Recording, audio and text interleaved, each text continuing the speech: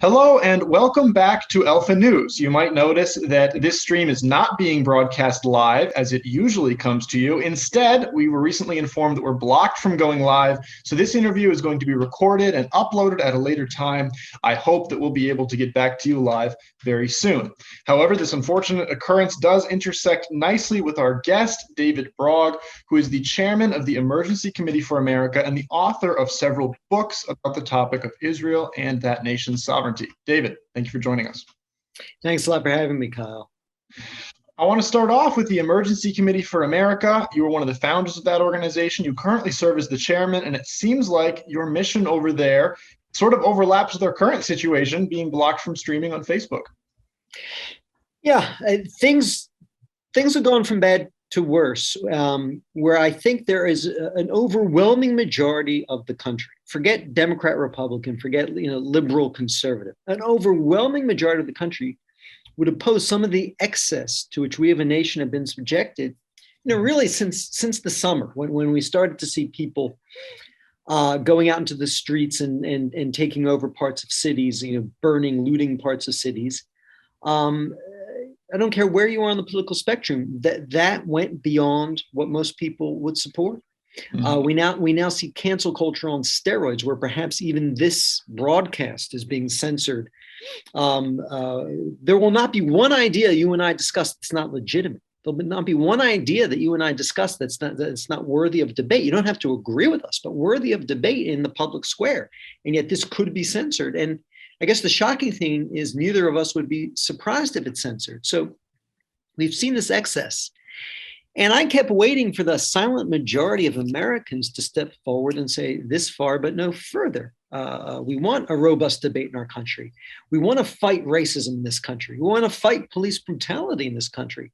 But things have gone well beyond this reasonable realm to the realm of excess and extremism. And we're going to stop it. That never happened. Day after day, week after week, the excesses went on, and people were not in any organized way speaking up to oppose it. We saw some brave voices here and there, some brave voices in the Senate, some brave voices on conservative media. Otherwise, no. My background happens to be in grassroots organizing. That's what I've done most of my career. So I said, hey, I might not know a lot about a lot, but this is one thing I know. Rather than waiting for people to step up and organize a response, I'm going to have to step up and do my share and try to organize a grassroots movement of people, both sides of the aisle, all sorts of political views, who want to stand up and sort of stand astride the extremism of the moment and say, stop.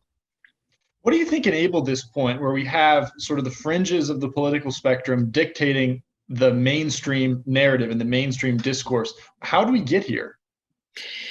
Good question. The last 5-6 years, I've been focused on the American campus. And my day job is defending Israel on campus. And in many ways, Israel's been the tip of the spear. The attacks on Israel, the demonization of Israel, as we in the pro-Israel community have argued all along, won't stop with Israel. They'll go on to other countries next, other democracies next, other Western liberal democracies next. Israel is just the first in line. And so we saw this extremism on the campus about Israel, and we saw it about other issues as well. And a lot of us have been arguing to the political world, to the donor class, hey, we have to act now to push back. Otherwise, what we see on campus today, we may see in the public square in a generation or two. And of course, we were wrong. It hasn't been a generation or two. There's been this acceleration of the dumb ideas of the campus becoming the dumb ideas of our politics. And I think that the conduit for that has been this progressive fringe of the Democratic Party. The progressive base in the Democratic Party that has had some victories, has enjoyed some energy, and no one has stood up to stop them. In the past, I think extreme ideas like these and dumb ideas like these would have been stopped, would have been checked. But there seems to be a new immunity, sort of a new boldness, because now, if you disagree with them, they have certain very painful names they can call you. They can call you racist. They can call you, they can call you white. And that seems to shut people up. And that's where I think we forget conservatives. We as Americans who love our traditions in this country, are aware of our flaws, aware of our mistakes, but love this country and our traditions, have to say, no, sorry, you're wrong. You can say racism exists in America, fine. You can't say America is a racist project. And by the way, if you look at trends in this country, you can't say America is a racist country. I would argue quite to the contrary. And there's been a reluctance to do that. And I think so long as we're reluctant to do that, they'll continue to have a protection around certain dumb ideas, and those ideas will flourish in our silence. Mm-hmm. I have a sense of where you might go with this next one, but when I look at society, I think there's two options. Either people are so terrified of what the radical left can call them, whether they're calling them a, heterosexual white male, which has become a slur in recent, years, or you're calling them a racist. People are either afraid of that label, or they tacitly agree with the left, and that's why they're not resisting. Do you think there's a possibility that these radical ideas actually enjoy more support than we might anticipate, or are people truly just very scared? Far be it from me as a white heterosexual male to venture, I guess, into the minds of others. But in my experience, it could be generational. I went to an inner city high school where I was a minority. As a white person, I've traveled in all sorts of circles in America, and to this day, I work on the campus with very diverse groups of students. In my experience, I don't think that these ideas enjoy a hold beyond a radical fringe. And in my experience, that fringe that might believe them has grown as these ideas have been repeated and empowered, and no one's challenged them. More people tend to believe them. So I think we are seeing that genuine growth of this view, especially you go to campus and you're in awe of your professors, and you're in awe of these esteemed institutions, and this is what they're teaching you. Mm-hmm. But I think more than that, I would say the overwhelming reason why we're seeing these ideas grow is that those who disagree with them are afraid to speak out. And I hear so often from so many people, I agree with you, but I'm afraid to speak out. When I want to speak out, I'm often cautioned, don't do that. You're going to get canceled. And so I think two things can happen if we start speaking out. We can show that this is the minority phenomenon. It is a minority of public opinion. And those who would otherwise start believing these ideas because no one's challenging them might start to entertain the fact that these ideas are far from proven, far from correct. But if there's no public debate, how will they know otherwise? Right. So not only can you check the people that are purporting these ideas, but you can also encourage other people so that they're not swept along the same stream. That makes a lot of sense. That's right. When you talk about checking these ideas, I mean, there's so many tendrils that they're infiltrating society with. You see so many issues that the far left is slowly sort of colonizing.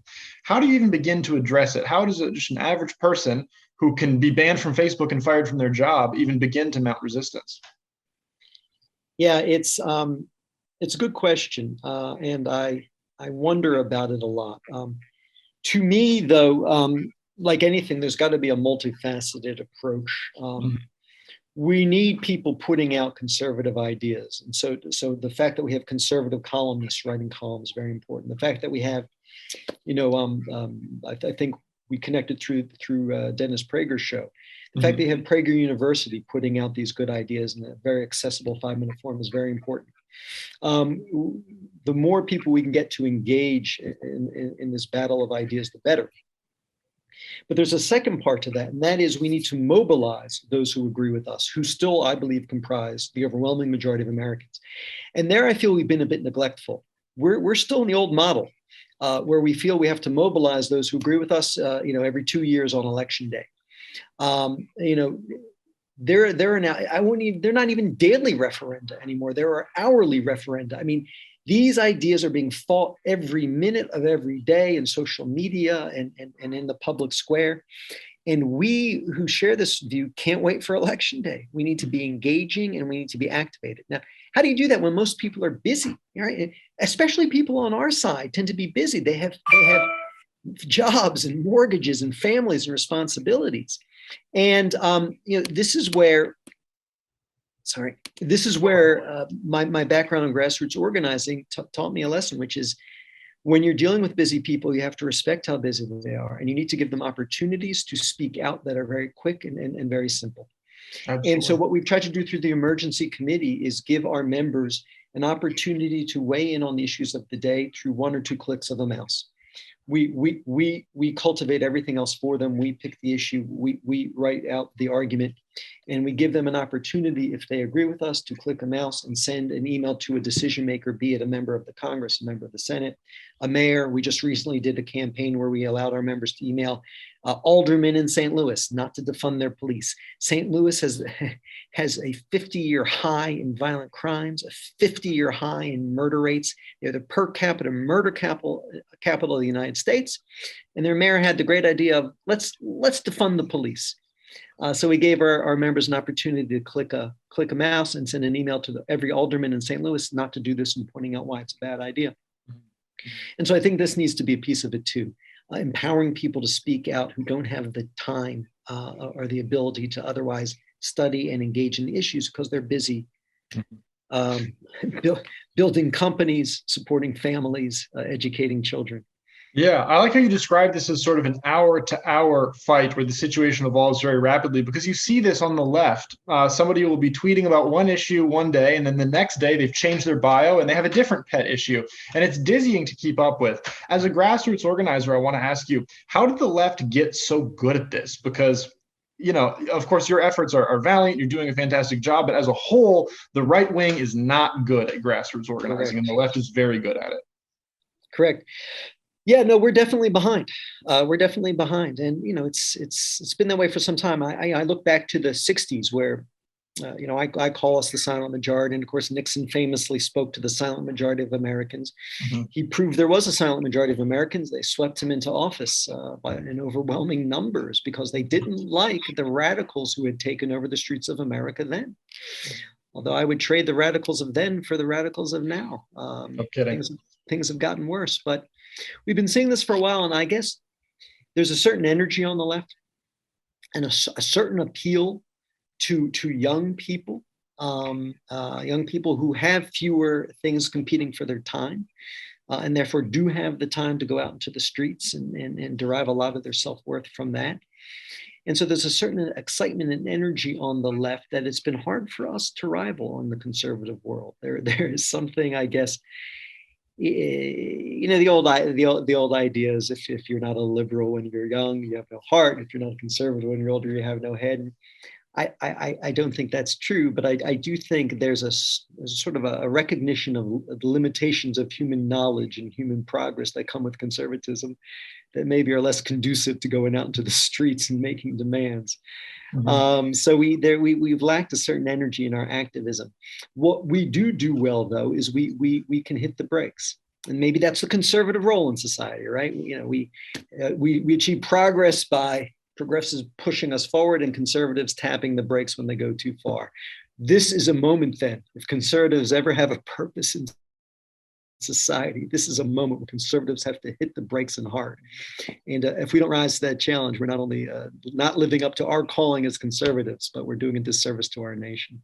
Yeah, well, I'd like to hit the brakes and then build a separate railroad next to this railroad and go back the other way. But point taken, I definitely understand what you're saying. I will join you in that journey. Absolutely. So I think, and I'm just kind of want to pitch an idea and get your reaction to it. I think that a lot of this could be that the liberals, they feel aggrieved on like an hour-to-hour basis. And these issues, they're pitched as being very personal to them. You always hear them say, at least I heard them say in college all the time, well, me as a woman of insert whatever identity feel that. And all these issues are pitched as being highly personal to them. And that's something that conservatives have struggled with. They want to talk about conservative economics or foreign policy or these other things.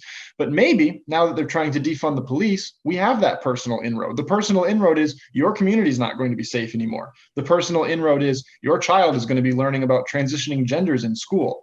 So maybe we're going to be able to make some of those same personal connections that could enable us to better capture people's attention and have them dedicate their time, as the left has been able to do for a long time. It's a good point. I think you're right. I think as this is getting more personal and it is reaching in and impacting people's lives in a way where where all of a sudden, yeah, this is not going to be an abstract issue, an ideological issue beyond the realm of concern I have of supporting a family. It's now impacting my family. I think it's a very good point. And eventually we'll get there. Nothing makes me angrier than seeing so many of these entitled young progressives who so often do not inhabit our inner cities come in, participate in a riot, and then demand the defunding of the police, and then going home to their parents' basements in the suburbs where they sleep the sleep of the righteous, while the people stuck in the inner city suffer these skyrocketing rates of violent crime and murder. The pairing of their self-righteousness and the suffering of those left behind in the inner city is maddening. They're never going to care until it impacts them. But I think you're right. I think we're getting to the point where it's going to start impacting lots of people. Those of great compassion who can see beyond their own safer communities. But soon, even those communities will be impacted. Yeah, you're exactly right about how these people move into the inner cities, cause chaos, and then leave. Those of us who have been sitting in the Minneapolis area, myself, the other folks at Alpha News, we've seen that. I mean, the area that was most shaken by the violence last year has not recovered. There's a bunch of Black-owned, minority-owned businesses that never got back on their feet. There's empty lots where the buildings have been bulldozed because the business foreclosed and there's no option. They couldn't repair the damage. And now there's an empty lot at the heart of Minneapolis. What used to be a business, a minority-owned business, is now in ruins because of these people. Yeah, and polling shows that the inner cities, they do not want the police presence diminished. They depend on the police presence to keep them safe. They want at least the upstanding ones, yeah. But you look at polling in the inner city, you see overwhelmingly that they do not want to defund or diminish the police presence. In fact, pluralities want to increase it. So the idea that some progressive kid from the burbs is going to come in and feel so good about himself for making these people suffer greater violence and greater crime, and they get away with it. They're allowed to feel like they're wonderful people, that they're woke, that they care. And people like you and me who actually care and actually would like to see the people in the inner city have the same protection you and I enjoy, we're somehow heartless. We're somehow disconnected. It's obscene. Yeah, and what's even more obscene is it's not just the far left politicians and far left professors that are patting them on the back. It's the entertainment, it's the media, it's large corporations. I mean, you go out to these riots and next thing you know, Pepsi is supporting you. This riot, sponsored by Pepsi, burn down your local Black-owned business. It's just absurd. It really is. And, and I wonder the message it sends to a young generation, like I said, I went to an inner city school where I was a minority, and I saw a difference. I saw homes where my fellow classmates were raised being told, yeah, there might be racism in this country, but you know what? If you apply yourself and you work hard, you can get ahead in this country. And I saw them all get ahead, go to college, go to the professions, do quite well in life, despite whatever racism may exist. And then I saw children from homes there was a different message that you can't get anywhere in this world. The odds are stacked against you, and they did not thrive. It's a damaging message to tell a generation of young people in America that you can't succeed in America, that America is against you. But again, so they can feel self-righteous and they can feel woke. They would condemn a generation of young Black Americans to futures not achieving their full potential. Dark futures of limited possibilities. It's a really dangerous message, and I think it's a false message. I agree with you wholeheartedly on that. I take it one step further. I think that it's also very damning to the white children, because not only are the Black kids being told you can't get ahead because of whites, but that last part, because of whites, now you have a generation of white kids that grow up thinking they're somehow evil, and you just foster tension between two groups that otherwise wouldn't be at each other's throats. It's a very good point. My experience in life as kids, right? In this, we all were taught this growing up, but I find it to be true. Kids don't hate. You have to teach them to hate. True. So you do. You have to teach kids to hate. Kids automatically love each other, want to be with each other. So to tell an innocent white child you are guilty of a hate you do not possess, that's got to have a psychological toll. And it's an ugly thing to do, especially when it's not true and it's It's not true. Now, are some white people taught to hate? Sure, I'm sure that exists. By the way, are people of other colors taught to hate too? Sure, I've seen bigots in every shape, size, form, and color. But are they the rule in their societies? And by the way, isn't that the real evil of prejudice? When you make assumptions about another human being on the basis of their skin color, I mean, isn't that exactly the evil of prejudice? Mm-hmm. So I don't care what your intentions are for teaching that prejudice. It's still prejudice. It's still ugly, and it still goes against what we as a society should be about and have been about. Mm-hmm, mm-hmm. And even though there might be some pockets of legitimately prejudiced white people who, would, if left unchecked, commit some sort of violent acts, that's a very small minority. And the overwhelming majority of institutions in America, from schools to corporations to politicians, are embracing champagne bigotry, the critical race theory that we've just talked about, just the same thing packaged differently. Yeah, and maybe because that kind of racism, just that old, I don't like you because of the color of your skin, except for in its new form of critical race theory, putting that aside, the old-fashioned racism is so discredited and so hated. You do not find it in any respectable corner of American society. Therefore, I think in order to have this rush of being anti-racist and being for justice, you've got to invent it where it doesn't exist. Mm-hmm. It was a wonderful thing when you look at the civil rights battles of the 60s and the giants who risked, getting beaten and bloodied and killed to fight this pure just cause of the civil rights in the 60s. And I think people are always looking for a cause. Our day today doesn't offer a cause nearly that righteous or exciting. Yes. So we've got to invent one. Yes, I made this observation when I was in college. These kids, they fetishize the late 60s and they want to be that so bad because they don't have a cause, because modern society has removed causes. You're not allowed to be religious. You're not allowed to take pride in your background, your heritage, your family. You shouldn't have a family. That's not good for the environment. You can't buy a house because the economy is upside down for these younger generations. So what's the cause? Inventing racism where it doesn't exist and then going out and pretending that you are your heroes from the 60s because they don't have anything else. I'm so glad you touch on that. Yeah, I think there's a lot of truth to that. And in the process, they may be building a legitimate cause of our day, which is fighting the new racism that hides itself as anti-racism. That's a very good point. Yeah, it's so basic though. But I don't, they'll say, of course, well, we have good intentions in teaching these racial judgments and these racial distinctions. There may be good intentions, but at the end of the day, if you are judging or teaching others to judge people by something so superficial as skin color, you're spreading a bad idea. And good intentions don't count for much. Sorry, if the results are bad, the intentions don't matter. Lobotomies used to be an over-the-counter procedure. Well-intentioned, didn't work. Right. And by the way, what racist movements in history have not been about liberating the oppressed? I mean, in a sense, I think critical race theory, and others have observed this. I'm just repeating what they've observed, but I believe it's true. It's really Marxism substituting race for class. Yeah.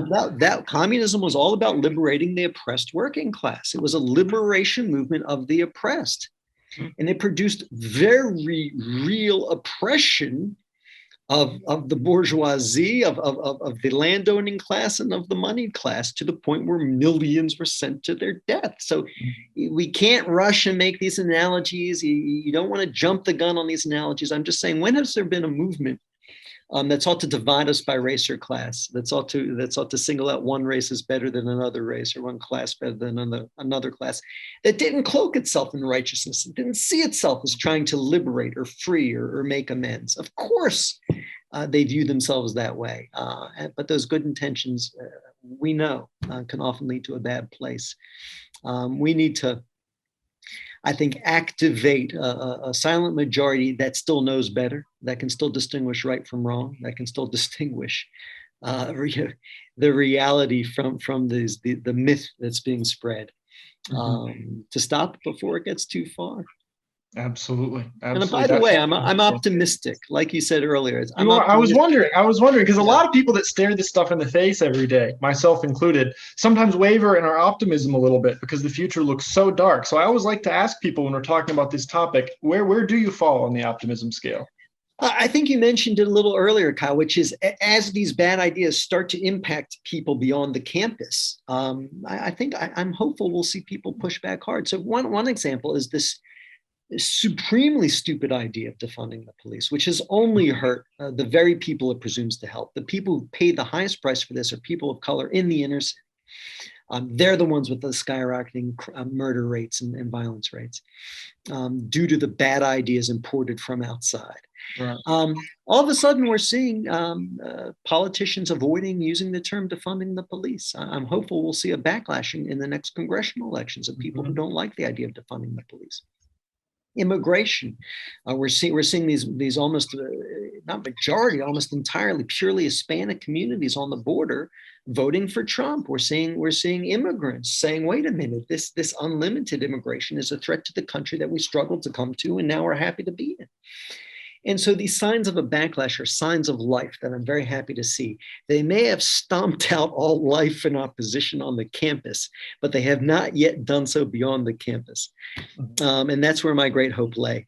Because the ratio of thought controllers to sheep on the campus is very tight. You only have, a couple hundred students per administrator or professor. But in the real world, I mean, there's large swaths of middle America that are uncontrolled. There's people that they don't go on Facebook, they don't watch CNN, and it's going to be very difficult for the system, the cathedral, as some people call it, to infiltrate their minds. Yeah, a friend of mine, Rusty Reno, editor of First Things, had a great piece in the Wall Street Journal online. I saw it today, where he made an interesting analogy. In the traditional Muslim world, if you were an infidel, you had to convert to Islam or be killed. But there were two exceptions. If you were a Christian or a Jew, people of the book, you were allowed to live as what was called a dhimmi. And a dhimmi was a second class. You were allowed to live. You didn't have to convert to Islam, but you had a second class status, and you basically more or less could survive as a Jew or Christian, but you had to keep your head low. Your synagogues or churches had to be smaller than the mosque. You couldn't ride a noble animal like a horse. You had to ride a lesser animal. You had to dismount when a Muslim passed you. You had to keep your head low. And Rusty makes a great analogy that if you don't buy into woke ideology on the campus today, you're allowed to survive, but only as a dhimmi. You have to accept your inferiority and be silent about the suppression of your ideas. And it's a very interesting and I think powerful analogy, but I think it's true on the campus. If you don't hold these prevailing views, you accept your second-class status and you keep your head low. On the whole, there are brave souls who challenge it, but few and far between. That doesn't exist outside the campus. Most Americans don't realize they're dhimmis. Most Americans will not accept being dhimmis. Most Americans, I think when this becomes real enough, will step up and will stop it. But then hopefully we'll learn from this episode and we'll do some serious thinking about taking back institutions or building alternative institutions so that things don't get this far and this bad again. Absolutely. That's where the harder work comes in. Yeah, I like the analogy, and we can only hope that someday looking back, 2020, maybe all of the 2020s will be a low point, and we'll look back and say, wow, that was a case study in how bad things can get. Let's move upwards from here, build back better, but do it legitimately this time. It's happened before. I think all of us in the conservative world, I think, we might debate if he's our first place hero or second place hero, but we look to someone like Churchill with great respect. And I think one of the reasons why these days he's such a compelling figure is that he really, a volume of this great Manchester biography is called Alone. There was a period in his life when he really was alone. A small fringe in Britain who saw evil on the march and was troubled by it and called it out, and no one listened. And yet he remained steadfast. He refused to call the darkness light, and ultimately was able to prevail. And so things are not that bad. Things are not that far gone. And with that example, I think we can all take heart. Stand up now while we are still a majority, and put an end to some of the insanity and build back better. Absolutely, absolutely. I appreciate this sort of heartening example. As we sort of move to conclude here, I want to talk again about the Emergency Committee for America. I know you mentioned your campaign in St. Louis. Tell us how else are you acting, and how can people get involved with your organization? Well, we're building, as far as I know, the only citizens lobby to fight woke excess in the cancel culture. We have a website. How do you define woke excess? Because I hear people talking about wokeism, but not woke excess. I define it as any policy that is on its face idiotic and insane, and only someone, only a PhD, only someone who's been so disconnected from reality by ideology could support it. Okay. So examples of woke excess to me are what we've discussed already: defunding the police. Cancel culture is very much interrelated with that. Teaching critical race theory in the school is another example of woke excess to me, that we are fighting. But it's really 1619 Project is another example. But it's really any idea that completely disconnected from reality, that poses a danger to our citizens and to our I would argue, our nationalism, our sense of love and debt to this country. What worries me the most, by the way, I'll just add, is the unraveling of America into these warring tribes. Again, when you worry about tribalism in America, I think it's fair to point out the racist white nationalists.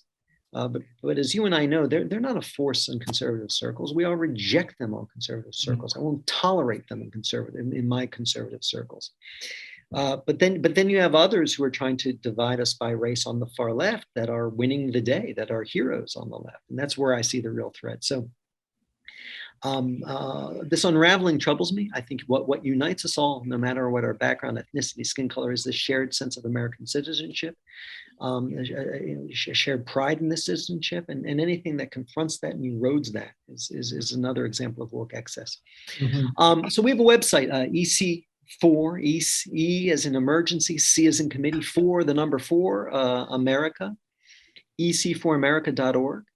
Just give us your email address, and we will send you these action alerts. If you agree with us, click your mouse once, twice, send an email to a decision maker. We've done about 10 campaigns so far, 2 on defunding the police, 1 on teaching critical race theory, and then a number to defend those that are being subject to cancellation for voicing completely valid opinions that need to be part of this debate of ideas going on today.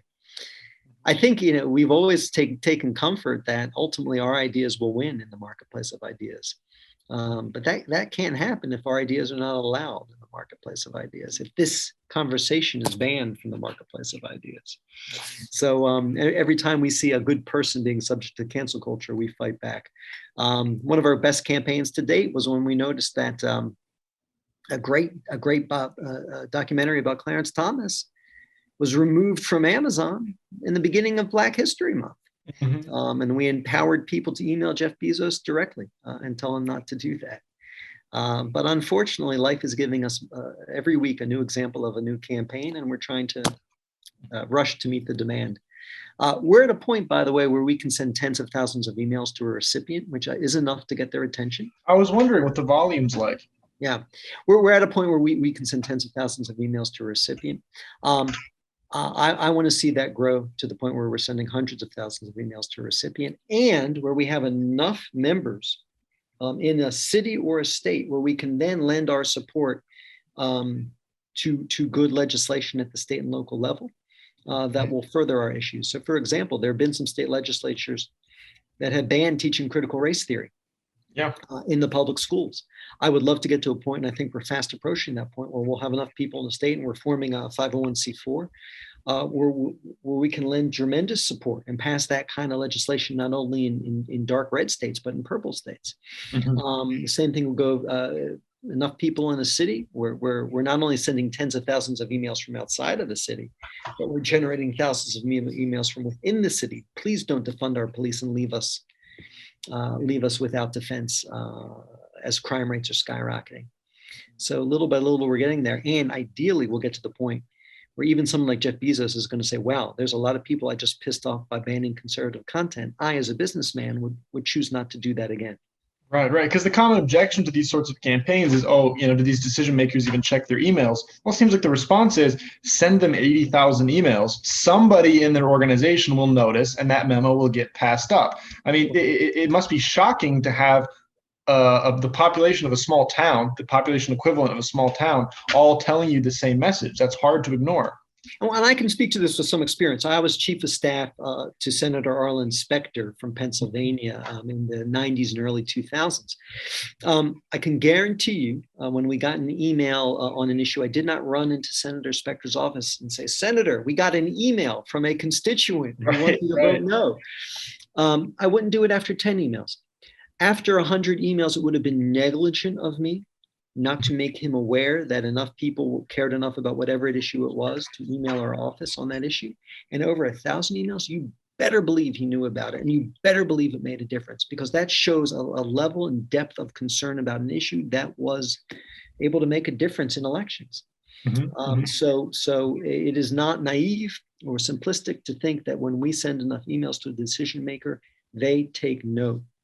I had some experience with that on a much, much smaller level. I was working with a state senator doing a similar job, and it was the same thing. One email, 10 emails, maybe that gets ignored, but once it crosses into thousands or multiple thousands, it's absolutely your job to take that up. And there were certain issues that were discussed, amongst certain legislators that were only being discussed because of large email campaigns.